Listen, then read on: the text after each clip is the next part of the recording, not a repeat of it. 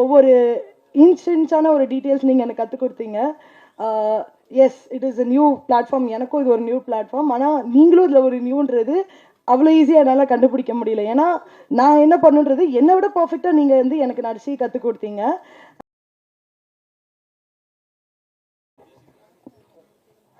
அனைவருக்கும் வணக்கம். Media representative, ஸ்டேஜில் இருக்கிற டிக்னிட்டரிஸ் எல்லாருக்கும் ரொம்ப வணக்கம். கட்ஸ், ஃபர்ஸ்ட் ஆஃப் ஆல் இந்த சான்ஸ் எனக்கு கொடுத்த ரைட்டர் டைரக்டர் ரங்கராஜ் சார் ரொம்ப ரொம்ப தேங்க்யூ சார். நான் செகண்ட் ஹீரோயினாக பண்ணியிருக்கேன்னு மேம் சொன்னாங்க. எஸ், ஆனால் கேரக்டருன்றது ஒவ்வொரு ஸ்டோரிக்கு ஏற்ற மாதிரி மாறும்.